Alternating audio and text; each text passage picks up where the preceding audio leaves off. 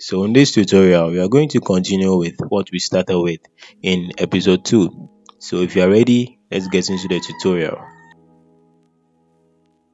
This was where we left off in the episode 2. We were able to create a rectangle and then we clipped a picture into it. In this tutorial, we are going to continue with the design.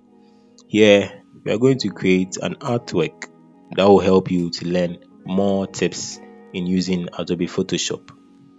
So in the previous episode, I mentioned to you that I'm going to show you how you can make good use of the rulers here in Adobe Photoshop. So stay tuned. We will talk more about it as we move in the tutorial. Okay, so continuing with this artwork, I would like us to group the picture and a rectangle together. So in grouping it, I mentioned to you in the episode 2 that you would have to select the two layers. So in doing that, you make sure that you hold shift on your keyboard and then you click on the second layer. So now you've selected the two layers. Now I would like us to group them. So in grouping them, you simply use the shortcut Ctrl+G and then it's being grouped. So let's name the group as pick 1. Okay, so now I want us to duplicate this group that we just created. But before that, you see, we want this whole thing to be in the middle. Okay, because when you see this whole document, you could see that the space here is smaller than that of this, but this is not what we want. We want it to be right in the middle, or we want it to be accurately in the middle. So now you cannot just drag it and put it in the middle because it won't be accurate. Alright, so I'm going to show you a way that you can do that, and that will be 100% accurate. So I'm going to show you two methods. Okay, so to do that, you select this tool. The name of this tool is the rectangular marquee tool. Make sure you select the rectangular one because we have the elliptical marquee tool and other ones too. So as you can see, it is being illustrated here in Photoshop. Okay, so I'm going to do that for you to understand it better. So for you to be able to move the picture to the middle accurately, you'd have to select the whole document. In doing that, you just draw around the document and then it's been selected. As soon as the whole document is being selected, you make sure that you select the move tool. When you select the move tool, you can see when you select the move tool, these options appear here at the top. So you just click on align horizontal centers and then it's been centered, or it's been aligned to the middle. So after doing that, whatever you do will not work because the artwork is still being selected.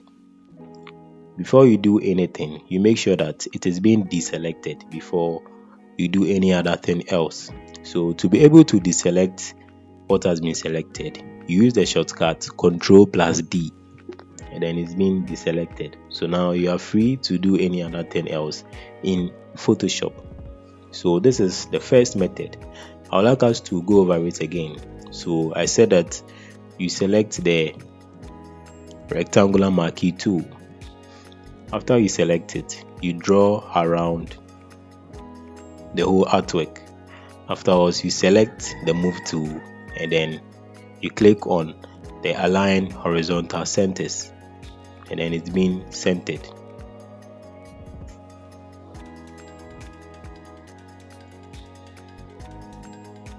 Yes, so let me show you the second method. For the second method, you are going to use the shortcut, and the shortcut to select the whole artwork is simply Ctrl+A, and then the whole artwork is being selected. So now you can see that my move tool is already selected, so I will simply click on align horizontal centers, then it's been centered to the middle.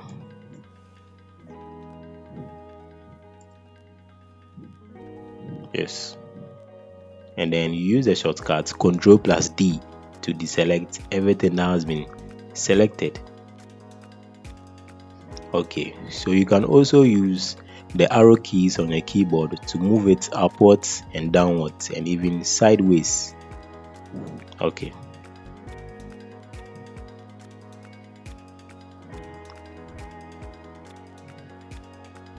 all right, so the next thing we are going to look at is duplicating anything in Adobe Photoshop. So we are going to duplicate this picture 2 times to be able to create this birthday flyer. Okay, so now I'll show you 2 ways that you can duplicate um, anything in Adobe Photoshop. So now I will show you 3 ways that you can duplicate anything in Adobe Photoshop. Now the first one will be the shortcut. That will be Ctrl plus J. You can see that it's being duplicated. Then you move it to anywhere that you want to move it to. But for the sake of the birthday flyer you want to create, we'll move it to the left side and then the right side. Okay, so now that you've duplicated this one, I'd like us to reduce the size. So in the previous episode, I taught you that to be able to reduce the size, you'd have to take a point here.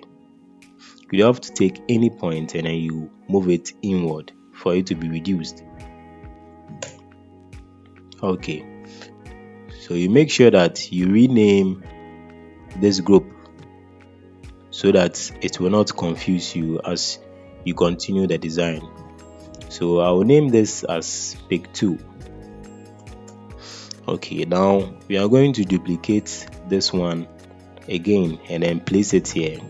So in doing that, I will show you the second method you can use to duplicate anything in Adobe Photoshop.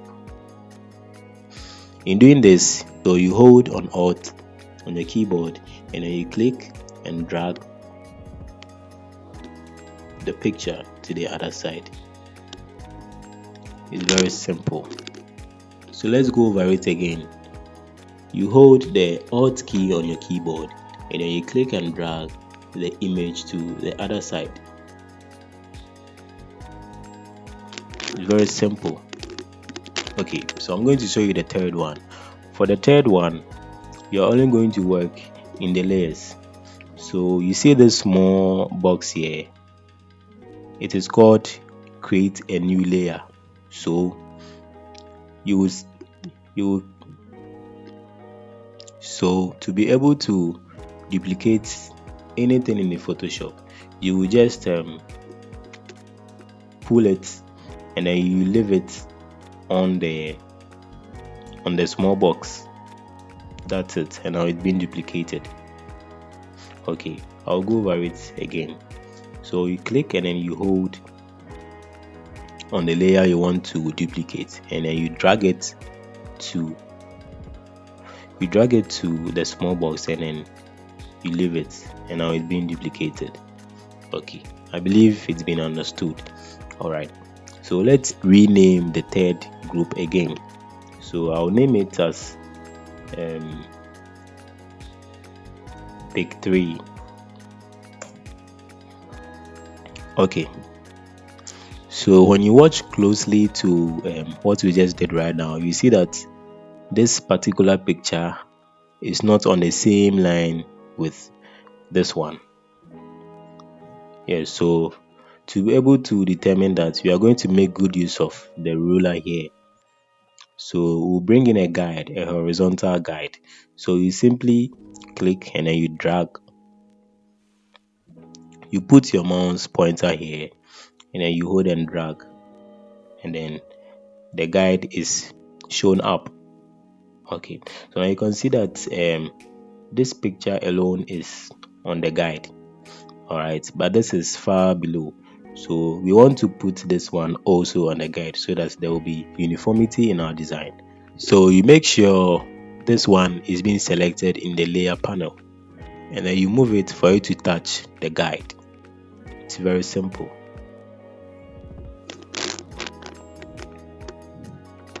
Okay, so now you realize that as we were doing this design, I was zooming into the artwork, I was zooming in and then zooming out. So let me show you how you can zoom into your artwork, or you can zoom out. Okay, so this is the shortcut. You use Control plus minus on your keyboard to zoom out. Okay, as you can see, and then you use Control plus the plus sign on your keyboard to zoom in. Okay, very simple. There is another way though, but as we continue, you get to know about it. All right, so now we have our 3 pictures here. So I want us to group the 3 pictures. So this is what you do. You hold on Shift on your keyboard, and then you select the rest of the 2 layers, and then use the shortcut for grouping, that is Control plus G, and now it's been grouped. So let's name it as pictures.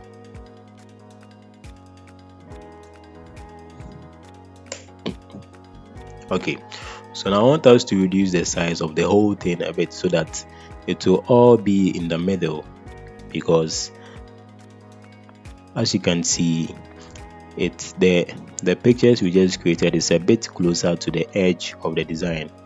So let's move it a bit to the middle. So now this is what you do. You are going to reduce the size a bit. So you hold on any point here, and then you move it inward.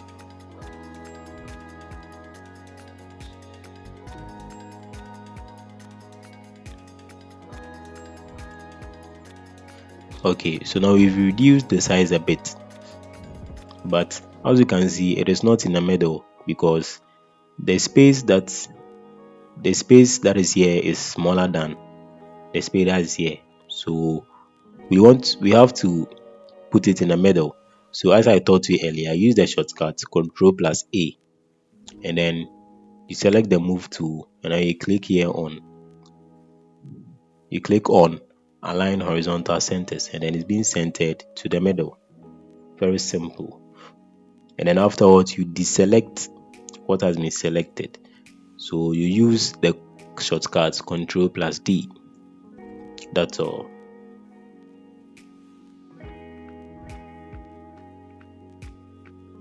Okay, so previously we created a solid color that was white, but now I want us to change the solid color. One may ask, how can I change the color again since we've already created it? So this is what you do. So you double click on this small box here, and then the color picker box appears. Now I mentioned to you earlier that you can just pick the colors you see in the pictures by simply clicking on where you want it to pick the color from. Okay, so I just want to pick a blue color, so I think this is okay. Then you click on OK here.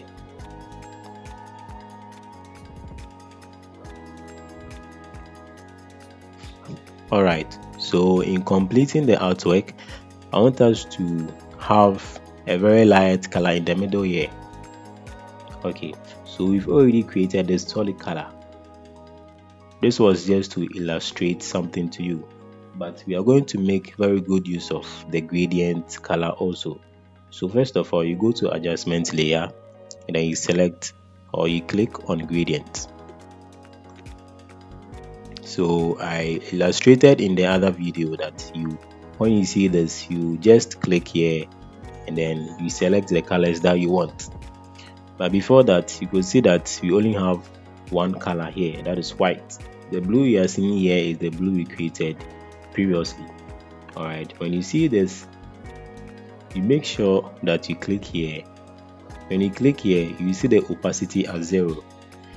Then you move it to 100% by just clicking here, and then you move the slider to 100. You understand? So the opacity is simply transparency. Okay, the opacity is just you controlling the transparency. I'll illustrate it to you as we move on. Alright, so I want to choose a blue color, so I'll just double click here, and then the color picker appears. So I'm going to pick the color from the man's shirt. a very deep one, of course. This is too deep. Okay, I think this is okay. Then the second one, I will select a light blue color. Okay, and you click on OK. Okay, so here you will go to style. Apparently we are using the linear style, but I want us to use the radial style. So you click on radial, then you reverse it. I want us to reverse it because I want this light blue to be in the middle, and then the sides would be a deeper yellow. So you reverse it, and then you see that it is working very well here. Okay, so I don't want the blue color to be too deep, so I'll scale it up a bit so that the light blue will spread. So you scale it a bit, you increase the size here, and then this is great. Then you click on OK. Alright, so it's now time for us to add the shadows because what we have done here doesn't look realistic. So let's add shadows to these three pictures. Okay, so to be able to add a shadow, we are going to create a new layer by clicking on this small box. You can see that the name appeared. The name appeared when I brought the mouse pointer. When I place the mouse pointer on it, create a new layer. So you click on it, and then a layer is created. It's simply an empty layer. Okay, so now you are going to choose the brush tool. So you click on the brush tool, or you simply use the shortcut B, and then you click on it. So here you are going to right click in the workspace, and then you see this circle here. We are going to make very good use of it. So we will compress the brush so that it will work well with the shadow. Then you hit on OK on your keyboard. Now you can see that we've created a custom brush here. So we are going to reduce the size. Now for me, I like using shortcuts. So the shortcut for increasing the size is just the bracket close sign on the keyboard. For you to reduce it, you are going to use the bracket open sign on the keyboard. Very simple. Okay, so now we all know that shadows are very dark. So you need to select a black color for the shadow. For you to get a black color for the shadow, you are going to use this. This is called the foreground color, and then this is called the background color. So for now, we need the foreground color to be black, but it is white. I'm going to show you two ways you can change it. It's either you click on it and then you select the black color, or you simply hit on X to switch them. As you can see, as you are hitting on X on your keyboard, the colors switch. Okay, so now we need the foreground color to be black, so you are going to hit on X for you to switch colors. Alright, you make sure your brush is still selected. Then you move your brush to beneath the picture, then you click on it once, then the shadow is being created. Now you select your move tool. Now as you can see, the shadow we just created is too much, so you make sure that you still compress it more for it to look realistic.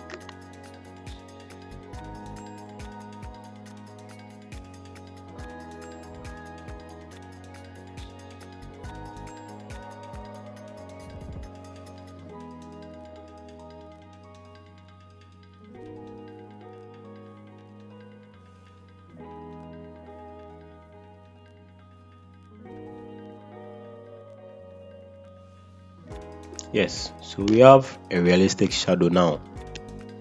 Now we are going to duplicate it again and then make it work for the other pictures we created at the site.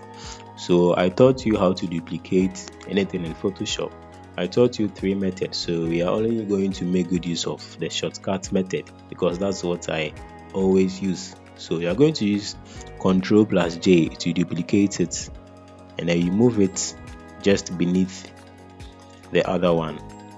But since this image is very small, you need to reduce the size of the shadow also.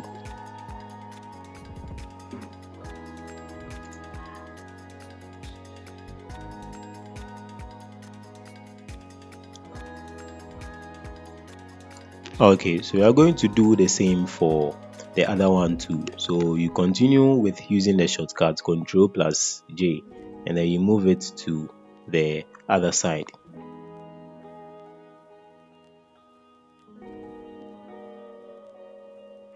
Okay, so now we've created our realistic shadows. I wouldn't like this video to be a long one, so we will go deeper in our next tutorial. Make sure to subscribe to the channel.